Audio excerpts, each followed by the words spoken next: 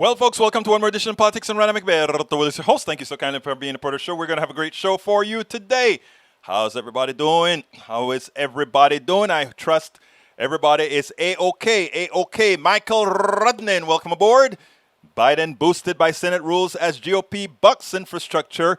Democrats are going to use budget reconciliation to pass infrastructure pending with a simple majority. No filibuster will block this necessary spending. Infrastructure spending will help us many people while making our nation better. This is going to be wildly popular after we start building up our nation. Those who oppose this legislation will be remembered and their careers will be short-lived. Fixing our nation is in our hands. Absolutely so. Second from Michael Rudnin is Mitch McConnell told CEOs stay out of politics over the Georgia vote and law despite being one of the biggest recipients of corporate cash in Congress. Telling corporations to stay out of politics is a moot point. They are not only already involved, they own your ass. But the bigger problem is that our corporations are own all of the Republican Party as well as a large portion, what we call the base of not the base of the Democratic Party, but I don't want to say the rank and file either. Let's just call it the basic, the head of the Democratic Party. Okay, welcome aboard, Bridge MCP. Bridge, I got those pictures and I have them in the scroll. So when we get to the right spot, we'll scroll those pictures. Deborah John, hello, how are you doing? Nanette Bird Smith, hi everyone. Julie Van Astel, hey all. Eric Hayes, hi Egberto. Did you read that this is your take on 60 Minutes reporting on this and not telling the truth? No sé de qué estás hablando, but 60 Minutes generally is fairly accurate, but we'll talk about that later. Norman Reynolds, estoy aquí también, which says I'm here as well. Eric Hayes gave the CNN report. Lee Grant, hi y'all. Bridge MCP. Julie Van Astel, hey. Let's see who else is here. Janice Anderson, welcome aboard. Michael Rones de Egberto. Eric Hayes is a dog with a bone. Won't let go of issues until they're discussed. And he's cool. It's all right. I love Eric. Lee Grant, it was a hit job on DeSantis, but it has all Egberto needs in it. You know what I'm going to do for them? Here's what I'm going to do. What I'm going to do is I'm going to do the right thing. Before we get started, I got a lot to talk about, and we're going to see those videos today. 60 Minutes faces backlash from Democrats and publics for critical story on vaccine. It says 60 Minutes is facing, let me put it on the screen for everybody so you can see. I am honest. 60 Minutes is facing backlash over the story aired Sunday on Republican Governor Ron DeSantis, including from the supermarket chain Publix and two prominent Democrats in the state. You know why? You hear what it says? Two prominent Democrats in the state. I wonder why. As part of a larger story about Florida's vaccine rollout, the renowned news magazine program spotlighted a recent $100,000 donation that Publix made to DeSantis' re-election bid. The story by correspondent Sharon Alphonse suggested there was a possible link between the donation and the state's partnership with Publix stores for vaccine distribution, a serious issue and full play if true. But beyond spotlighting the public finance record, 60 Minutes never offered any substantive evidence to support the significant assertion and link the donation with the partnership. After the report aired, the Democratic Director of Florida Division of Emergency Management and Democratic County Mayor of Palm Beach County both publicly responded, saying the partnership with Publix was not suggested by anyone from DeSantis' office. In Sunday's right tweet, directed 60 Minutes Florida Division of Emergency Medicine Director Justice said this before, and I'll say it again. Publix was recommended by Florida Division of Emergency Management and Florida Department of Public. I end it there. In this world of make-believe, that 100,000 had no reason to be for using a public, a market that is in nowhere area where people need the vaccine makes no sense. So let's back up a second. I believe that the emergency management did it. They're the ones who went ahead and get it. But I don't care. The fact that they chose Publix shows bad faith because it was not going to hit the communities it needed to hit. It's not a hit job. Publix gives the guy $100,000. The emergency management team, which is controlled by the executive of Florida, that two Democrats in Florida come out and say, oh, well, you know, it didn't really come from DeSantis. Who the hell cares? $100,000, Publix get the job.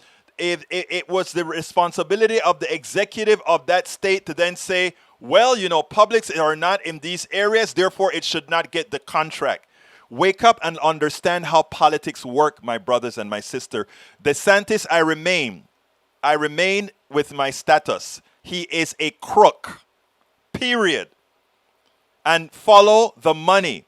And of course, if you're a professional in this business, you're not going to have the money prints on you. And by the way, that 2 Democrats come out and support it. How many Democrats in Florida are paid off? And how many Democrats in America around here are paid off? Why do you think we have Obamacare the way it was? Obamacare didn't go full Medicare for all because Democrats were paid off. We're not going to get the infrastructure bill as we need to get it because Democrats are paid off as well. Wake up, people. It's not about Democrat and Republican when it comes to these issues. It's about all of us working together to get what we need, and stop defending these guys. Stop defending the politicians, Democrats or Republican alike, and start defending policy. And if a Democrat is pushing policy that we want, I'm going to defend the hell out of that Democrat. If a Republican is pushing the policy like Mitt Romney was pushing the stimulus package earlier on, I defended Mitt Romney. We have to wake up and stop allowing them to put us at each other's throats, Eric Hayes, my brother. We are on the same team. Don't forget it. And they are not. Please remember that is how we win. Please. When I say we win, I'm not talking about a win and take all. I'm talking about that is how the middle class gets and move forward. People, that's why we have Politics Done Right and other programs of this type, so that we are not enthralled to these guys. They're not your friend. Whether Democrat or Republican, policy, good policy is your friend. That is who is your friend, hermanos y hermanas. Por favor, escúchame, por favor. Please listen to me. All right. I'm going to go down the scroll real quick, and then I'm going to get busy. Let's see. Bridge MCP says, Lee Grant, hey, hi. Janice Anderson, hi, everyone. Eric won't let go the bone. So now, Eric, I discussed your issue. I hope you're happy. My family and I at least have vaccinated. Great. I'm so happy for you, Julie. Eric Hayes says he's hungry. Hey, Eric, don't forget you owe me a coffee. Biden ambitious American jobs plan faces an uphill battle in the Senate. It's true. And I'm going to talk about a little bit about that as well, with something that Kelton had to say. Stephanie Kelton, the MMT, had to say. Report on why Cuomo or Gavin isn't reported on like this. Actually, they are. Actually, I think they took it too hard. Michael Rudnick, Egberto, that CNN piece indicates the appearance of corruption, but doesn't necessarily prove the connection. I agree. Here we go, y'all. Egberto, this part of the problem with big money corruption politics. Actually, CVS and Walgreens were already on something. All right. Let's see. 60 Minutes wrong. No, 60 Minutes right. Corporate, let's see. Let's see. ATL checking in. Welcome aboard. Michael Rudnin, Eric Hayes. Let's see who else is here. I am consistent, Eric. I hit all sides, Eric. Please don't do that. You know better than that. Okay, and he's thirsty too. All right, let's go with the first video. First, what is the show about today? MMT Stephanie Kelton. MMT Stephanie Kelton on infrastructure. Jen, Psaki, Katie, Porter, Jake Tapper. We're going to go through those videos real quickly, and then we'll go ahead and start talking. So let's go ahead. First one, reporter Jen Psaki. I love her. Check it out. President voiced his support for moving it. Does he have any regret now that by doing that, by adding his voice, it may have contributed to the environment where MLB makes this decision, and then there are these economic consequences to people in Georgia? When he and the vice president were there and couldn't do the car rally, and I talked about wanting to thank Georgia. Georgia's been important to the president and vice president electorally. Is there a sense of regret that perhaps he tipped the scale with his rhetoric, even if he doesn't have a direct cause and effect? Well, he was answering a direct question during an interview with ESPN about the opening day baseball, something not everybody, most people in the country appreciate and enjoy. And he was simply conveying that he would support that decision if that decision was made by Major League Baseball, just like he would support decisions made by private sector companies. We're not standing here and calling for companies to boycott. That's not what our focus is on from the White House. We do believe that the focus on Georgia and is a reminder that, and it should be a reminder, I should say, that this is much bigger than Georgia, that Georgia was just one of the first states to act on a concerted effort to use easily disprovable conspiracy theories to fuel their attempts to make it even harder for eligible Americans to vote. But according to the Brennan Center, as of March 24th, 361 bills with restrictive provisions have been introduced in 47 states around the country. So this is not just Georgia. This is something we are seeing a prevalence of this, a pattern around the country of, an effort to make it more difficult to vote. Now let's get this. Nora O'Donnell should know better. She needs to stop attempting to be Fox News. Okay? There is no hell do you tell a president, let's say President Biden, that it is your fault for encouraging MLB to remove the All-Star game from Atlanta. Do you think you should have stayed quiet and stayed out of it? No, I can't stay out of it. I am the president of the United States, and there are states attempting to quench the vote of many of my supporters and many of your supporters. They are trying to restrict the vote. They are trying to suppress the vote. I am the president of the United States, a democracy that I need to save. Of course I'm going to talk about it. Why then blame that because boycotts are happening in Georgia, that somehow that would be the president's fault? Again, why not just say that is the fault of the governor of Atlanta and the legislature who passed laws after one of the best elections ever held without any fraud? Why didn't she just say that? Why is she giving legs as Fox News does? And for those people who continue to want to say, well, he moved to Colorado and Colorado has restricted laws. I wrote a blog this morning off of what is it called? Off of one of the things that I read, and the blog specifically states, and let me get to the blog because I want to make sure and let you guys see what the blog has to say. It says, Colorado versus Georgia voting laws. What are the differences? And my title for the blog piece was, do not buy the hype. Colorado is no voter suppression state like Georgia. The most important thing you got to take away from Georgia is Georgia gave a partisan legislature the ability to go into any county and tell them, we are going to overturn the election because you didn't run it right as we see it. They can now legally do that. At first they couldn't. Now they can legally do that. Now, likewise, in Colorado, every single person gets a vote in the mail. In Georgia, you have to ask and you have to have an excuse why you're asking to have a ballot sent to you, and you only have a limited amount of time to ask for that ballot. For ID, there's 6 ways to ID yourself. Of course, a gun license is one. In Colorado, there's over 16 ways that you can identify yourself. So there are no comparison between voter restrictions in Georgia and Colorado. Colorado, you have all the freedom that more people vote. The people are engaged. Let's not allow the lie to fester. Before I move on to the other thing, there's something that came up in my feed that I thought was funny.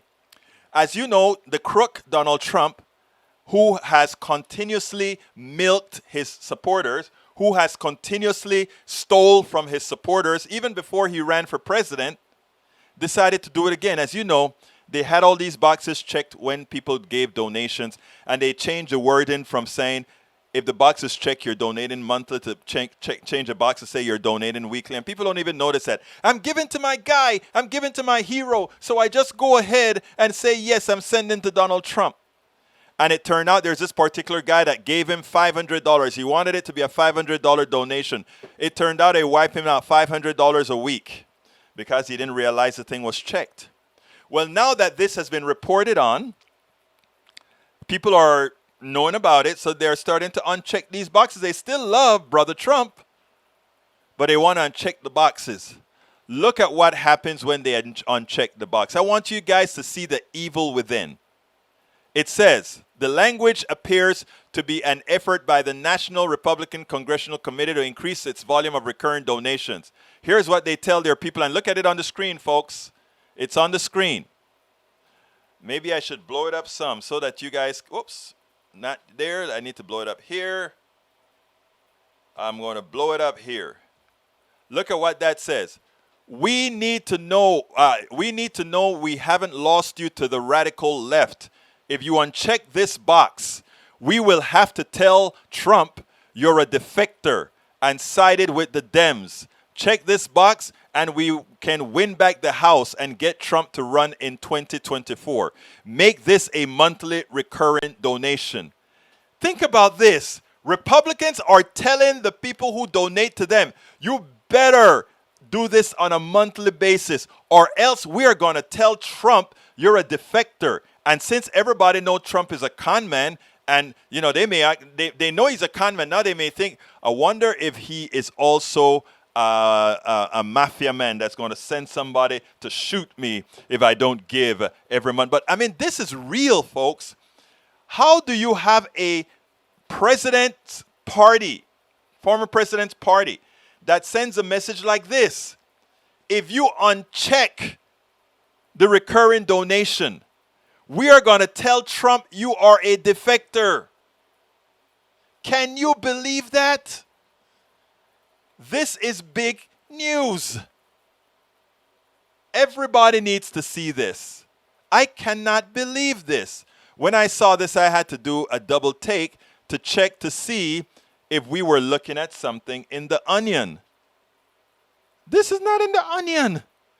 The Republican Party is saying, if you don't give us monthly money, we're going to tell Donald Trump that you are a defector. I just wanted to pass that one by.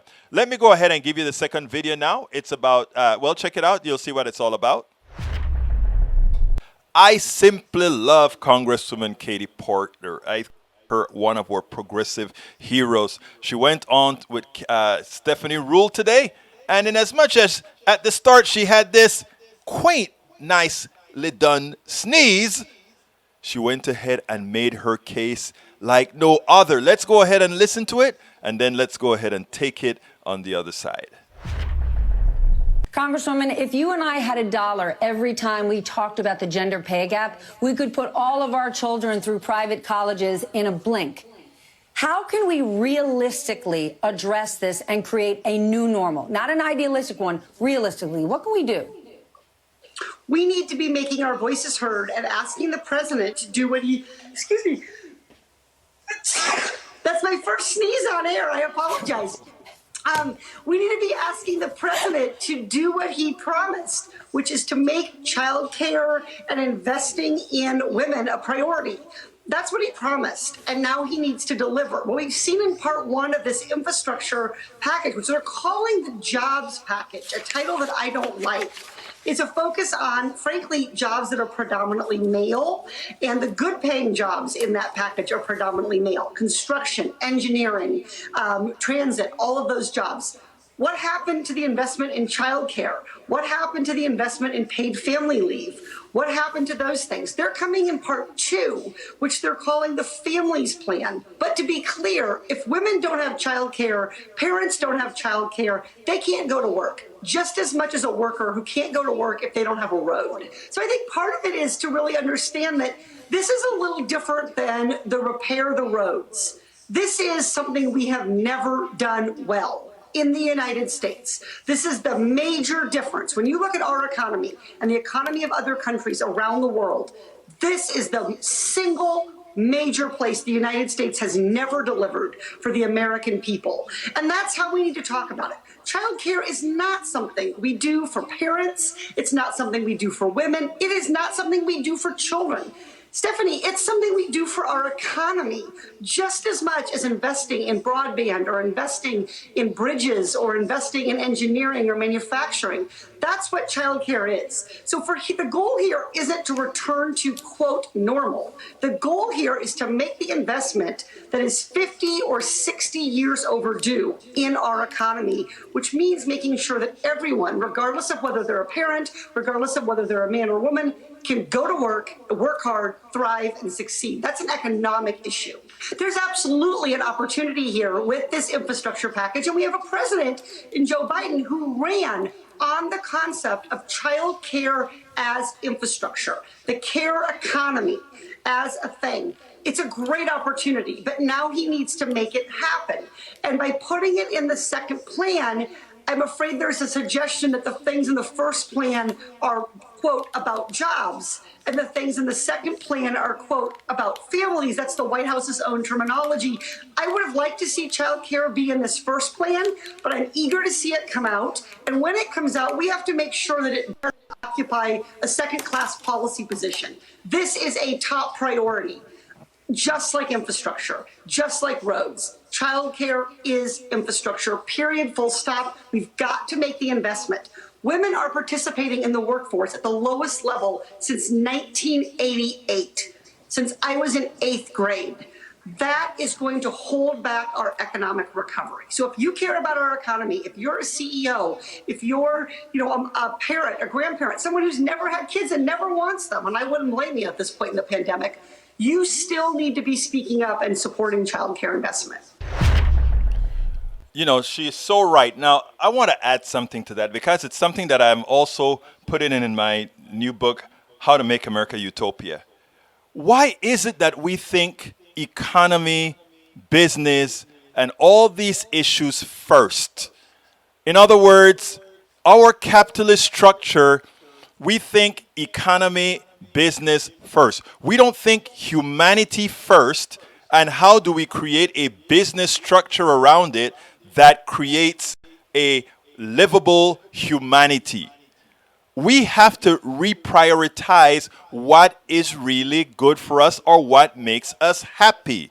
One of the reasons the Scandinavian countries are much more happy than we are is because they have done a better job, not a perfect job, but a better job of making sure that the things everyday citizens have to do is made that much better because they have a government who cares first about we the people and not a government who cares first about what do we need to do to ensure that businesses do well.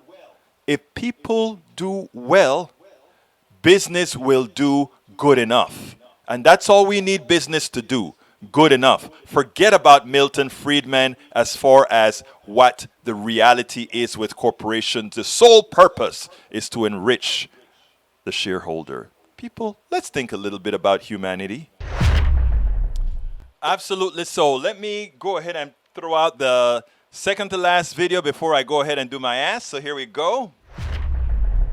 I was very disappointed in the way Jake Tapper handled Governor Tate Reeves of Mississippi.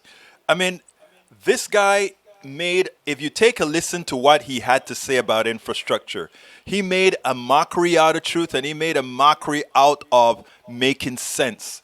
And Jake Tapper just let it go. Let me give you a chance to listen to this and then we'll take it on the other side.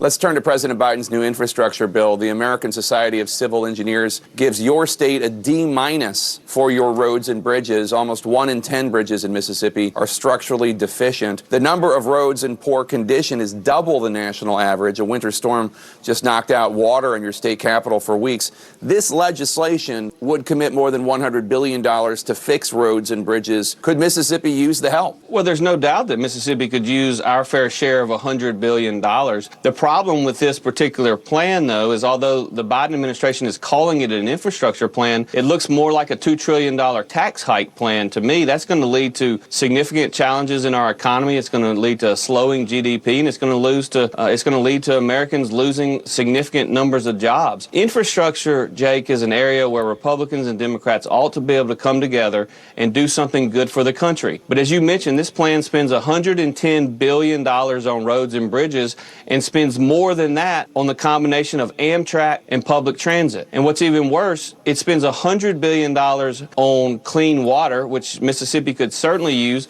but it spends more than that on subsidizing electric vehicles. $155 billion to subsidize electric vehicles.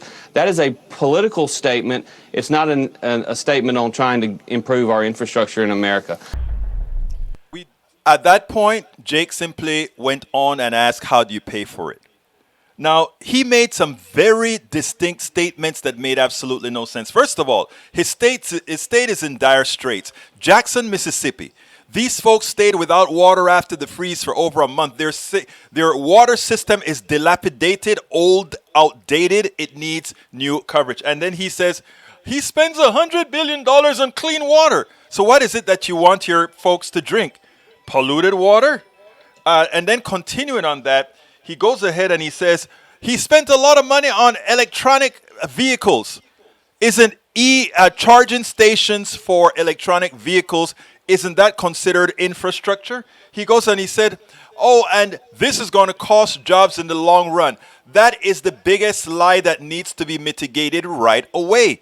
As soon as you start building and creating, these are millions of jobs, retrofitting pipes, lead pipes, going ahead and building new roads and bridges and upgrading airports, installing all these electrical vehicle charging stations. There are lots of jobs getting created. So we have to first nip in the bud that somehow increasing taxes on the wealthy who are not circulating that money to pay for this is going to somehow cause jobs to be lost. We have to hit that up immediately. We also have to hit up the irresponsibility of those that are going against this policy for upgrading our infrastructure. Rural areas don't have good internet. Broadband, very bad broadband. This bill, he complains about the amount of money invested in things that are not infrastructure. In today's economy, broadband is infrastructure. And one of the things that we don't hear these hosts talking about is, well, in the 50s, you talk a whole lot about infrastructure being roads, bridges, and pipes. In the 21st century, you have to talk about broadband. You have to talk about electrical charging stations. Remember, there are millions of thousands of gas, hundreds of thousands of gas stations all over the country.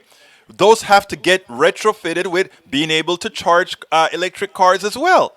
Come on. We have to have a media that is engaging, a media that does not allow Republicans to come on TV, lie and misrepresent to people and their own people as well. We have to protect their own people from allowing them to fool them into making the wrong choices. Rural areas, this bill means more to you than anyone else. Let's get busy. Let's get busy. Look, it is so funny.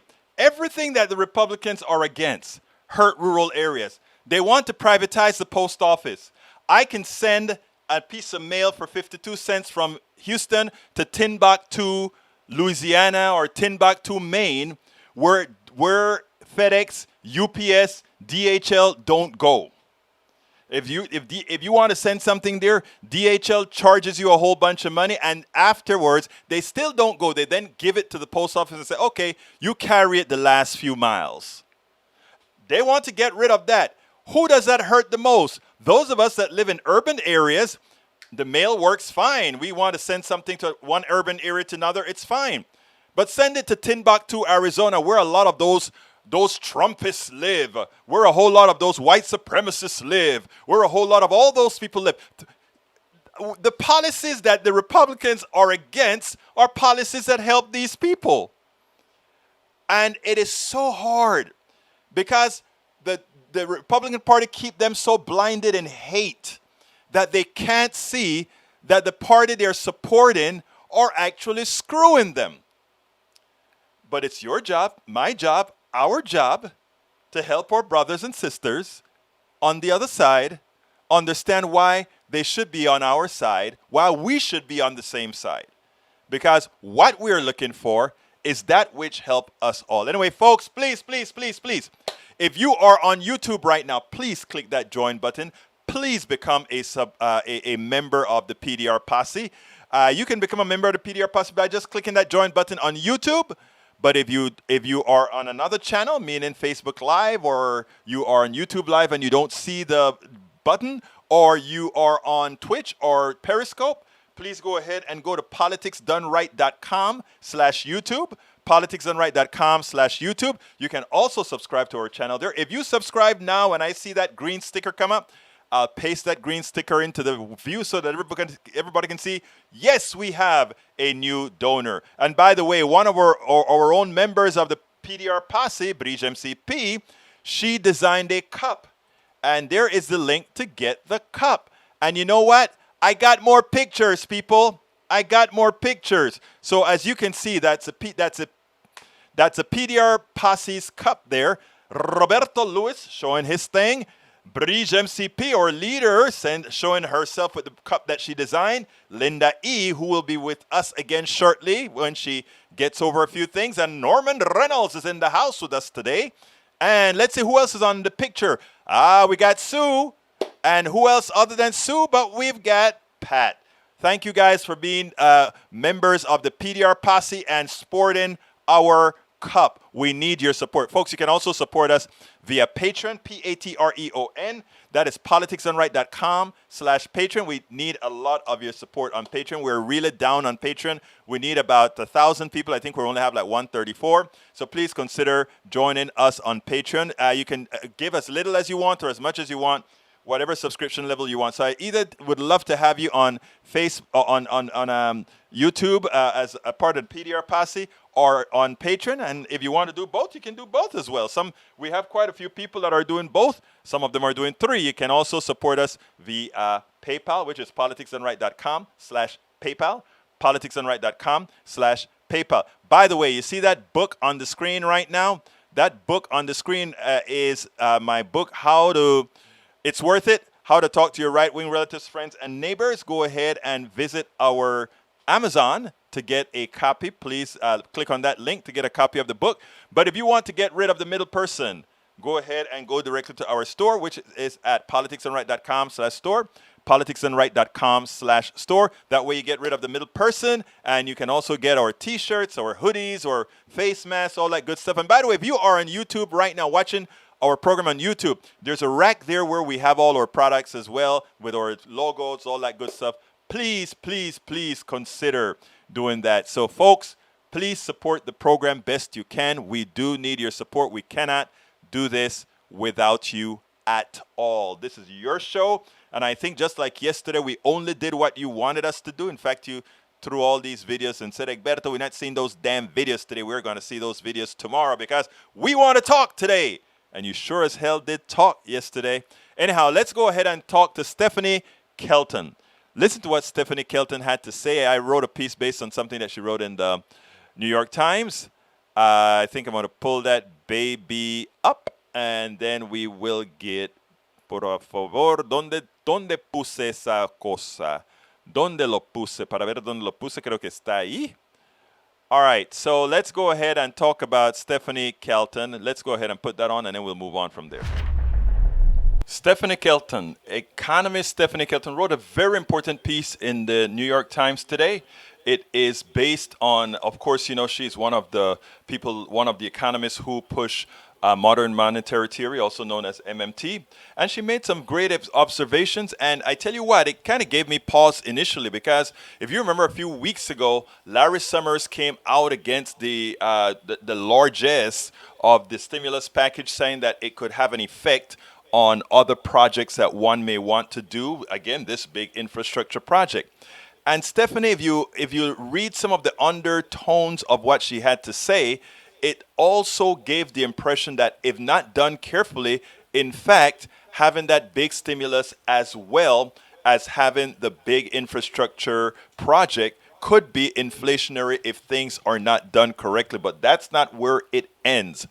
She also gave exactly what needed to be done. Yes, we're going to put a whole lot of people, a lot more people to work. Yes, we're going to have wages that are higher. Yes, we're going to have more people with prosperity. What does that really mean? It means people have a lot more money to spend. It means there's a lot of money chasing after goods. Now, if there is a shortage of goods after that amount of money starts to go into people, it means we're going to get inflation.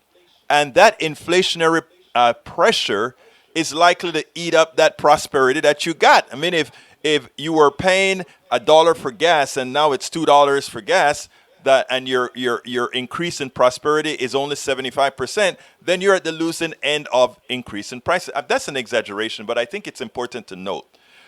What is important to state in what she said, and it makes a lot of sense, in that we are likely to have a labor shortage when we start building all these things with a more prosperous people. We are going to need more people. So we have to start adjusting immigration in such a manner that we can bring in the people that we're going to need to take out all of these jobs that are going to become available. But she pointed out another very important factor, and that has to do with tariffs, and that has to do with when Biden made the point to say it's going to be Buy America. It should be Buy America while we keep prices stable, but when we need to expand to bring more things in to keep prices at a acceptable level, then and only then should we say, no, we allow importation such that prices don't go sky high. We want increase in wages. We want more money in people's pocket, but we want to do it in a manner that's controlled. And that is what she ends her piece on. We should have our agencies monitoring the economy. And as we need to make adjustments to maintain prosperity of the largesse of America, but at the same time preventing the economy from overheating, that is what we have to do. We have to manage the economy. And one thing that we've done for too long is we've managed the economy on the high side. In other words, we've always asked the question, how will this affect business? The question now is, how does this affect the masses, and how do we adjust for the masses? There's a whole lot to the article that goes into economics that I won't go over here, but suffice it to say there's one other important factor to point out. And we always talk about something known as the marginal propensity to consume. That is, if you put $1 into the hands of somebody who doesn't have any money, they are going to spend that money immediately. If you put $1 into the hands of a wealthy person, that wealthy person doesn't have the propensity or doesn't have the reason to spend any more than they are normally spending, because they never had an issue with spending for the things that they want. And what does that say? That says that taxing the rich with the expectation that you're going to dampen what they spend so that the others can spend more is not the answer. So she says taxing the rich has good reasons as far as how the economy works, but don't expect that to be the dampening of inflation because they're spending less and the masses are spending more. What has to be done is that we have to increase the amount of people. We have to increase the amount of people that are available to work, the amount of people that are available to work to make products such that we don't get inflationary pressures. We have to do it in an environment-saving way. And if we do all these things, everybody, the earth has the capacity for a prosperous everybody. But when you have a few that are hoarding, that is what limits the prosperity of us all. So I hope you get that. But anyhow, let's first go ahead and give some big kudos to the duck that quacks. The duck that quacks just gave us a super chat, and he says, my March-April 2021 support, EW, always enjoyable. Thank you so kindly, the duck that quacks. You know I love your name, right? The duck that quacks. And the duck that quacks then goes ahead and says, I am using all of my $1,700 stimulus of the $1,700 of my $1,400 stimulus. In other words, he's going in debt. That is funny. That is funny. My stimulus was gone before it was here. Look, hey guys, let me tell you something, okay? It's important. It's important. First of all, thank you very much, the duck that quacks, for that super chat. Anybody else want to throw in some super chats, or anybody else want to become a part of the PDR posse? Please feel free to do so. We need you. Please free on PayPal and the other things that we do. Anyhow, folks. So the reason I wanted to play Stephanie Kelton last is as follows, because there are a lot of questions, and there are a lot of concerns for real. When Larry Summers brought it up before the bill was passed, I was extraordinarily pissed. And the reason why is the opposition party just need a tickle not to do something to throw it all away.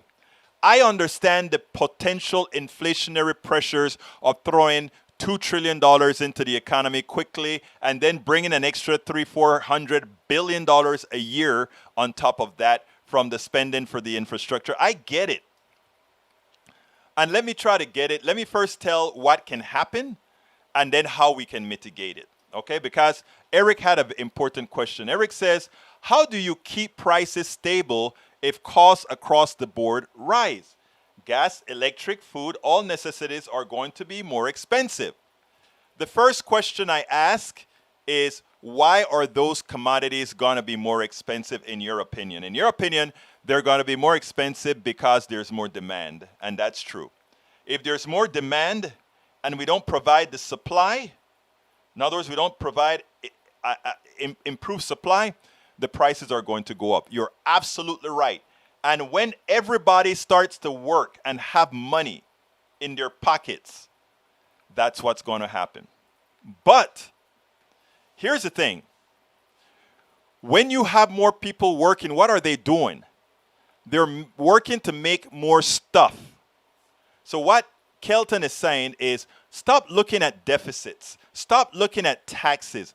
Look at whether we can manage stuff getting made. Because what causes inflation is too much money out there chasing too little stuff. So here's the deal. We know infrastructure is going to create a lot of employment. The first level of cost a lot of people are thinking about is wage inflation. Wage inflation is good for us to a certain point. But when we have wage inflation where it stifles productivity, at that point, we don't only get wage inflation, we also get product inflation, service inflation. What that means is, if I can't get a farmer, if I can't get somebody to come and work for me to pick the peaches that's going to make the peach jam and the peach jelly and all these things, I'm going to have to pay more for that person. Okay, that's good. But if I'm paying more to that person to pick the same amount of peaches, prices go up. If I have enough people to pay a good wage on, to pick a lot of fruit, but I got my efficiency increased, I can produce more fruit per person. And you know, in a robotic planet where we have a robotic country now, that is possible. We can do all these things at the same time. And that is what Kelton is talking about. Managing our growth. And how do you manage your growth? Productivity has been through the roof for decades. The problem is that productivity, the delta in that productivity didn't go to the workers. It went directly to the shareholders. In other words, we produce more stuff.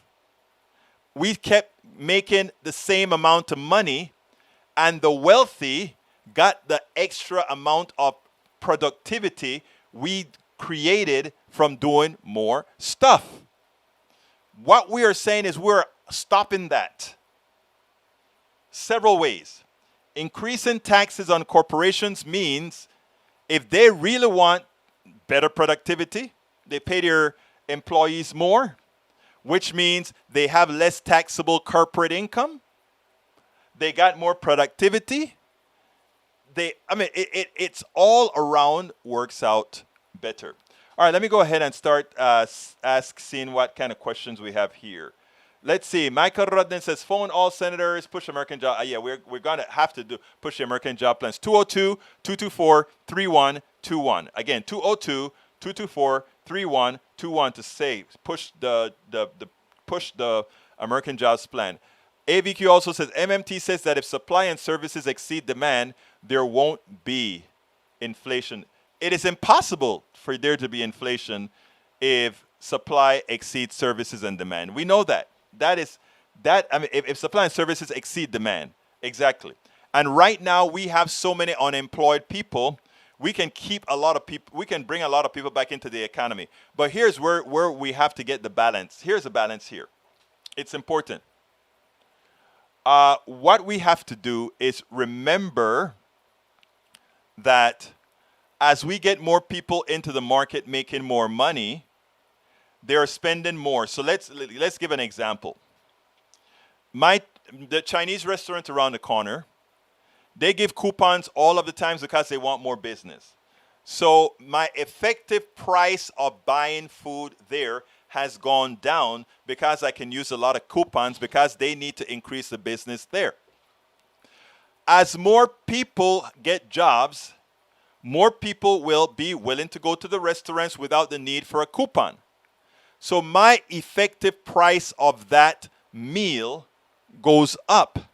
That's inflation, right?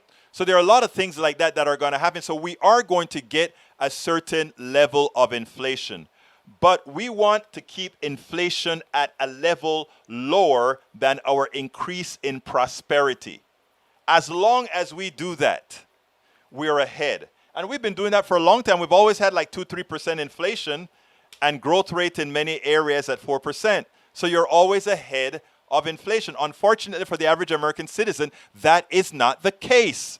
Your healthcare went up faster than inflation, and all your other means of production went up higher than inflation. So it is very, very important for us to understand these things. Okay. I had to spend $1,700 since my $600 was swallowed up by taxes I owed because Trumpolini screwed with tax withholding rates but did not lower taxes. I owed $750 for 2020. On top of that, I paid over 2020. I want to remind people I'm glad that you brought up that tax cut scam thing.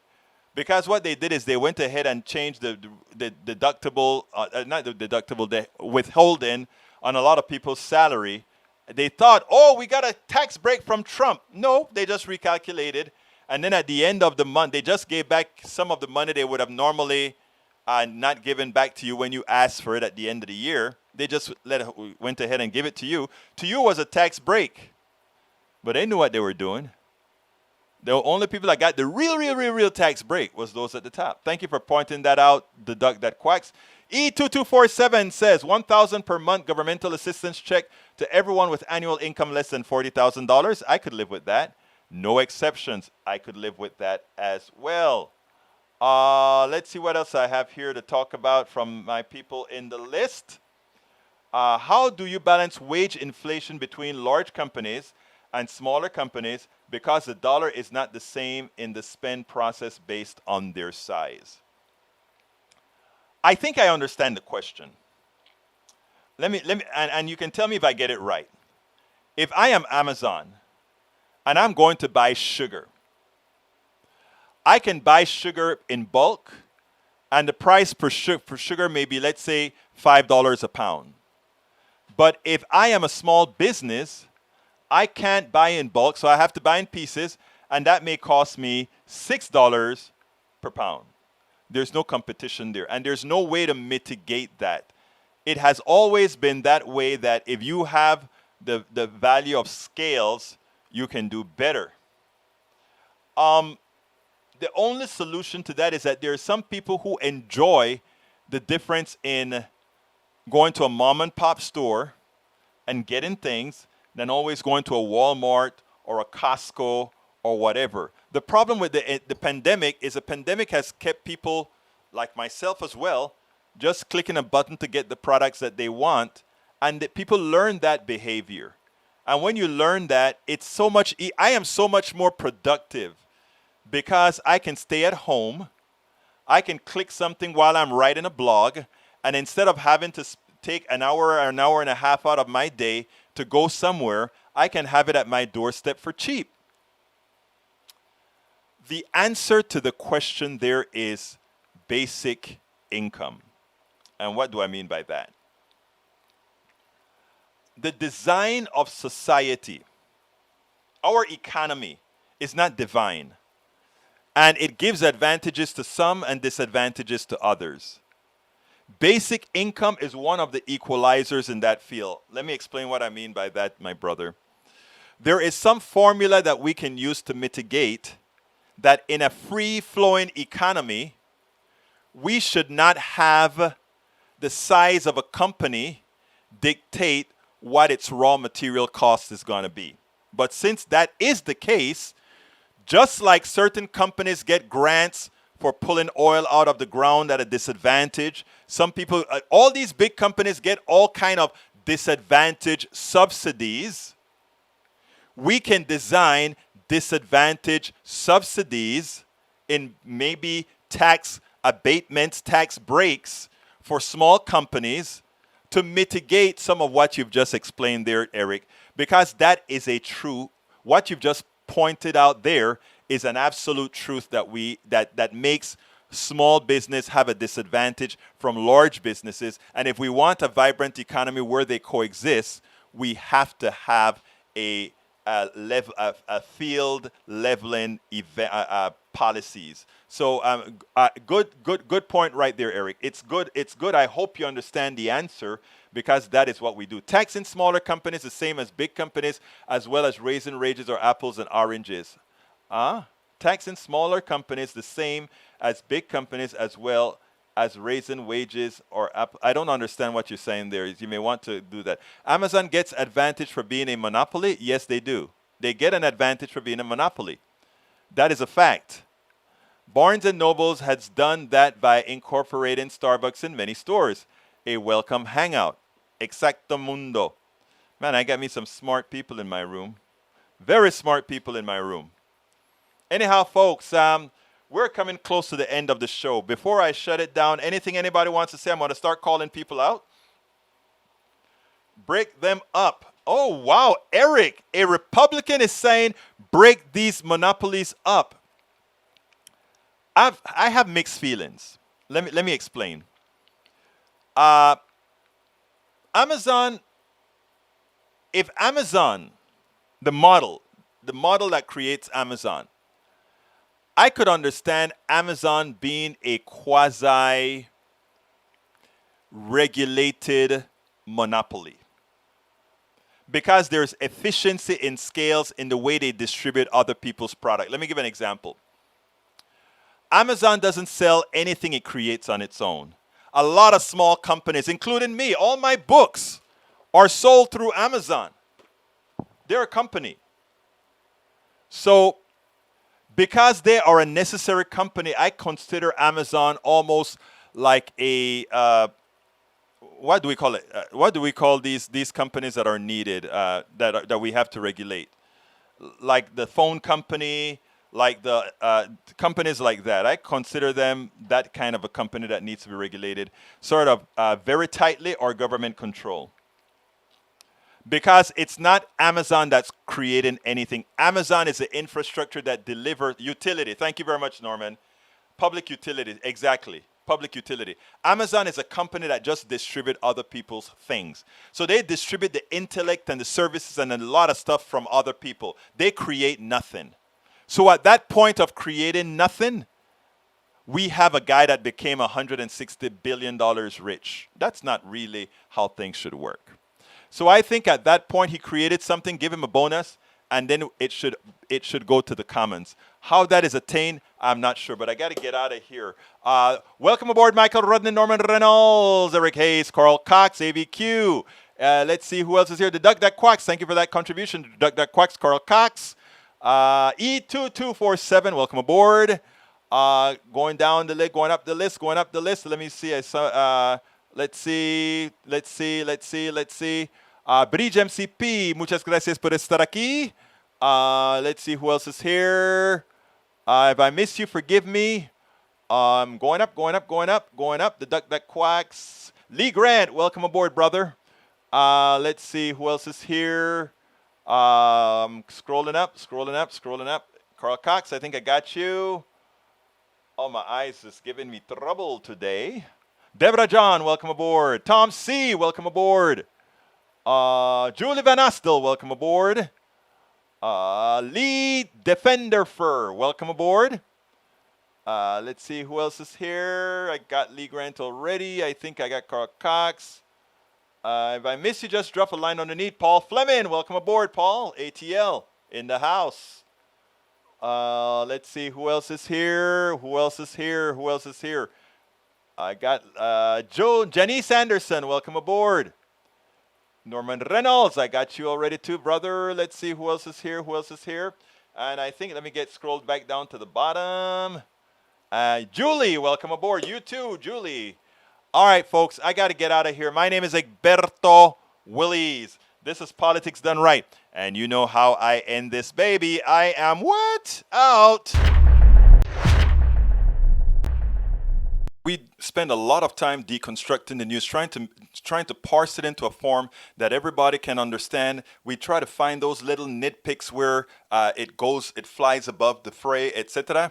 If you really like these videos that we do, I want to ask a big favor. Please go ahead, number one, subscribe to our channel, and number two, please join if you can. Thank you so kindly for watching. Keep watching. Please remember to share. We must populate the entire internet with our progressive message, a message that we know is what most Americans say that they want. So help us, please join.